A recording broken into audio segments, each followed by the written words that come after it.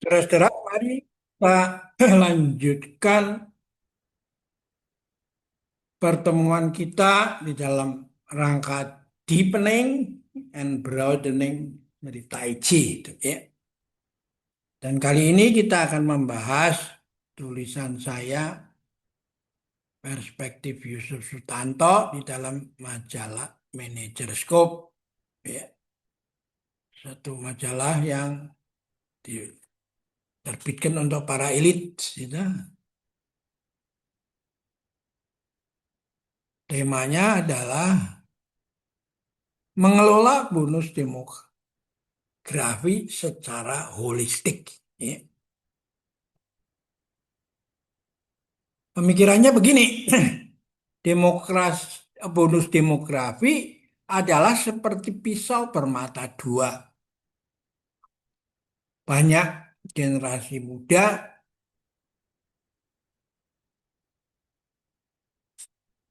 masuk dalam usia dewasa dan berhak ikut dalam pemilu 2024. Ya. Generasi ini diperebutkan oleh kontestan pemilu dengan menawarkan berbagai program yang menarik bagi mereka. Ya. Ada yang menawarkan janji memberi makanan gratis bagi semua siswa dari sekolah dasar sampai menengah atas. Beasiswa sekolah sampai S1 untuk satu anak dalam keluarga kurang mampu. BPJS gratis dan sebagainya. Pemenang pemilu wajib memenuhi janji-janjinya kepada rakyat dengan membuka lapangan kerja dan mengadakan pelatihan yang sesuai. Namun mereka adalah lapisan yang masih dalam persiapan masuk dalam dunia kerja. Kalau sudah masuk, gajinya juga masih dalam ranking pendapatan bebas pajak. Sedangkan bagi lansia yang tidak lagi memberi sumbangan kepada negara dalam bentuk pajak, pemerintah sesuai dengan amanat undang-undang wajib menyantuni melalui BPJS dan bantuan tunai langsung (BTL). Kini berkembang sampai pada memberi sanksi pada rumah sakit yang memulangkan pasien sebelum sembuh dengan alasan biaya. Keadaan ini tentu menambah besar utang pemerintah pada rumah sakit, terutama swasta, sehingga suatu saat membuat kondisi keuangannya terganggu kan. Nah ini yang orang nggak kepikir sampai di sini tak? Sementara itu kita masih hidup dalam budaya mendoakan orang yang berulang tahun supaya diberkati panjang umur dan rezeki yang melimpah oleh pedang langit. Gitu. Ini harus diimbangi dengan mempersiapkan diri dengan ilmu golok pembuluh naga, ego, atau kemalasan. Bahwa dengan usia bertambah, tidak sampai hidup di atas kursi roda. Lansia perlu diberkali ilmu dan keterampilan. Gitu. Nah, merawat kesehatan sehingga anaknya tidak seperti sandwich karena harus menanggung hidup keluarga inti sendiri. Ya, karena itu diperlukan gaya hidup, lifestyle, hidup yang terus mengalir, mengikuti irama alam. Mengandalkan pada vitamin, bukan tanpa resiko, karena bila kelebihan akan berakibat sebaliknya, menjadi racun untuk tubuh. Diet juga tidak mudah mengurusnya, karena perlu pengetahuan. Takut pada karbohidrat berlebihan malah membuat semangat hidup menurun. Merepotkan hidup kalau setiap 2 jam harus mengukur kadar gula di dalam darah. Ya toh? Nah, mengukur tekanan darah kalau salah dalam tata cara mengukurnya sehingga langsung diberi obat menurunkan tekanan darah dengan efek samping karena harus diminum dalam jangka waktu panjang itu.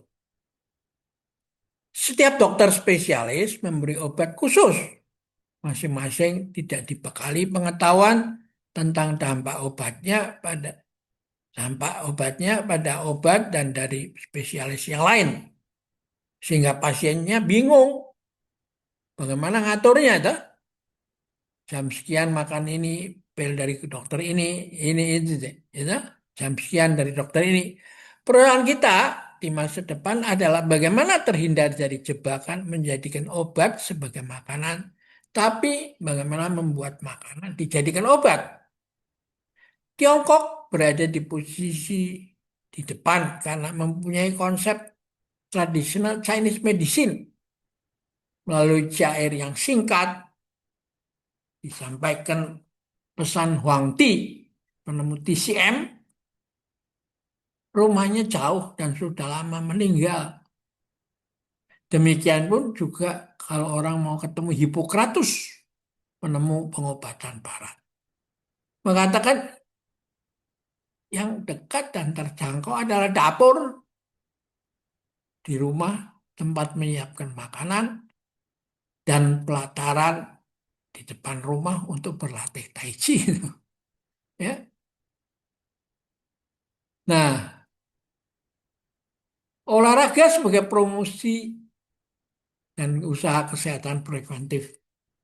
Perbedaan pendekatan berdasarkan speed, power, dan muscle versus gerakan lembut akibat didorong oleh napas, perlahan, tanpa kekuatan otot. Yang pertama akan membuat langsung jantung berdebar dan tekanan darah naik. Ini ya, kalau you menggunakan olahraga yang speed, power, and muscle. Tuh. Senam yang pertama membuat darah banyak mengalir ke otot yang digerakkan sehingga membesarkan dan menguatkan otot. Senam pernapasan membuat aliran darah menuju ke otak sehingga membuat neuroplastisitas sistem saraf otak menyuburkan sinaps. Ini bisa mencegah pikun, Alzheimer, dan Parkinson itu. Penyakit ini tidak bisa disembuhkan secara permanen hanya dengan minum obat. Sama seperti obat tidur untuk orang yang susah tidur, insomnia. Apalagi untuk orang menghadapi post power syndrome, ya toh? PPS, dan getah lambung MAH yang mempunyai unsur psikogenik. Satu-satunya jalan adalah terapi gerak sepanjang hidup yang sangat minim menggunakan obat. Nasihat yang mengatakan makan pagi seperti pangeran, makan siang seperti raja, karena seharian harus terus bekerja giat, makan malam seperti pengemis adalah modal budaya untuk mengendalikan diabetes. Sedangkan kehidupan modern malah sebaliknya. Banyak yang melakukan makan berat, dinner, apa ya, dinner di malam hari sehingga memperberat kerja pencernaan. Organ tubuh vital yang bekerja saling menghidupi dan membatasi. WHO kini mengakui keberadaan Haiji dan ditambah penelitian ilmiah yang semakin banyak dilakukan oleh untuk mendukung tradisional Chinese medicine. TCM berdasari pengobatan mulai sejak mendiagnos penyakit dan pengobatan yang tepat. Salah satunya adalah konsep Chang dan Fu. Organ Chang, Fu dalam TCM berkaitan dengan sistem organ di dalam tubuh yang memiliki peran sentral dalam dunia TCM. Untuk memahami konsep organ Chang Fu, diperlukan pemahaman yang didasarkan pada fisiologis dan patologi organ dalam karena dianggap sebagai sistem yang paling penting untuk diferensiasi dan pengobatan penyakit di traditional Chinese medicine. Mereka sudah memiliki buku Wang Ti Neijing Suwen tentang penyakit dalam. Teori dan sistem organ Chang dalam TCM didasarkan pada hal fungsional. Berbeda dengan pengobatan medis barat yang melihat penyakit secara struktural. Perbedaan lainnya yang dapat terlihat dari TCM adalah konsep-konsep dasar yang saling memiliki hubungan timbal balik. Karena satu sama lain saling berhubungan yang dilihat interaksinya di dalam fungsi tubuh secara utuh. Fungsi utama konsep dan sistem organ Changfu adalah mengasimilasi dan mengubah energi dari makanan dan udara yang di dalam TCM makanan disebut sebagai energi bumi dan udara disebut sebagai energi langit ya. Jadi makanan itu berasal dari bumi, udara ada langit. Organ Changfu masing-masing memiliki fungsinya sendiri-sendiri dan terdiri dari berbagai organ di dalamnya berdasarkan konsep TCM ya. Nah, ini lihat sendiri ya. Organ Chang ini organ Fu ya. Organ Chang, organ yang memproduksi dan menyimpan zat dengan tugasnya sebagai organ produksi, transformasi, penyimpanan, pelepasan, dan pengaturan. Memiliki bentuk organ yang padat dan terisi penuh, dipercaya sebagai tempat menyimpan qi esensial dan berkaitan dengan konsep yin. Sistem organ Fu adalah organ yang menguraikan makanan dan membawa kotoran, tugasnya memproses, menyampaikan materi atau bahan dan tidak menyimpannya. Perpaduan ini menghasilkan qi atau energi vital ya. Memulai hidup dengan mengikuti irama biomedis. Tai Chi dilatih saat matahari mulai terbit, saat ayam berkokok, burung berkicau, menggeliat mengikuti naiknya matahari. Ya. Mempertemukan chi bumi dengan chi langit di titik tangkiat. Melatih tulang punggung dengan menggerakkan titik Mingmen, Center of Vitality, yang berada 4 ruas di atas tungging, tulang ekor ya. Ini akan mengatasi pandemi tulang punggung sebagai akibat terlalu banyak duduk sepanjang hari. Mager ya. Pandemi ini tidak mematikan, tapi membuat gerak tubuh tidak nyaman sehingga membuat kurang gerak dan lambat laun menjadi sumber berbagai penyakit yang diakibatkan olehnya. Ya. Latihan rutin setiap pagi sangat penting seperti orang tidak akan meninggalkan rumah sebelum sikat gigi. Nampaknya mudah mengatakan tapi sulit untuk merealisasikan. Jumlah gerakannya lengkap, meliputi semua gerakan yang dilakukan oleh manusia normal ya. Masa depan bagi lansia nih. Tai Chi rutin sehingga tiada hari tanpa Tai Chi meski di hari raya karena matahari juga terus berputar tanpa pernah libur barang sekejap pun. Kalau libur ya kiamat tetap. Makan malam seperti pengemis diperlukan supaya kerja pencernaan menjadi ringan. Kalau diikuti Tai Chi setelah bangun tidur menurunkan gula darah. Sehingga sarapan bisa cukup untuk bekerja sampai makan siang yang lebih reasonable untuk melanjutkan kerja sampai kembali ke rumah tanpa mampir dulu di rumah makan atau kafe-kafe toh. Tai Chi aman bagi orang yang jantungnya bermasalah karena tekanan darah stabil sebelum bahkan sesudah latihan itu hampir sama aja. Diabetes bisa terkendali sehingga hanya perlu nasihat dokter secukupnya tanpa berlebihan. Perlu diperhatikan dan menjadi kegiatan rutin kantor sehingga perusahaan tidak menjadi sumber penyakit bagi hidup setelah pensiun. Latihan relaksasi perlu diajarkan karena hampir semua penyakit mempunyai kandungan psikogenik. Di beberapa negara mulai ada lansia yang minta izin bunuh diri sukarela. Kalau Tuhan sudah mengabulkan doa supaya bisa hidup panjang umur tapi di atas kursi roda, maka tidak pantas jika karena kondisi ini kita masih menyalahkannya. Gitu. Hidup lama di atas kursi roda membebankan anak untuk mengurusnya.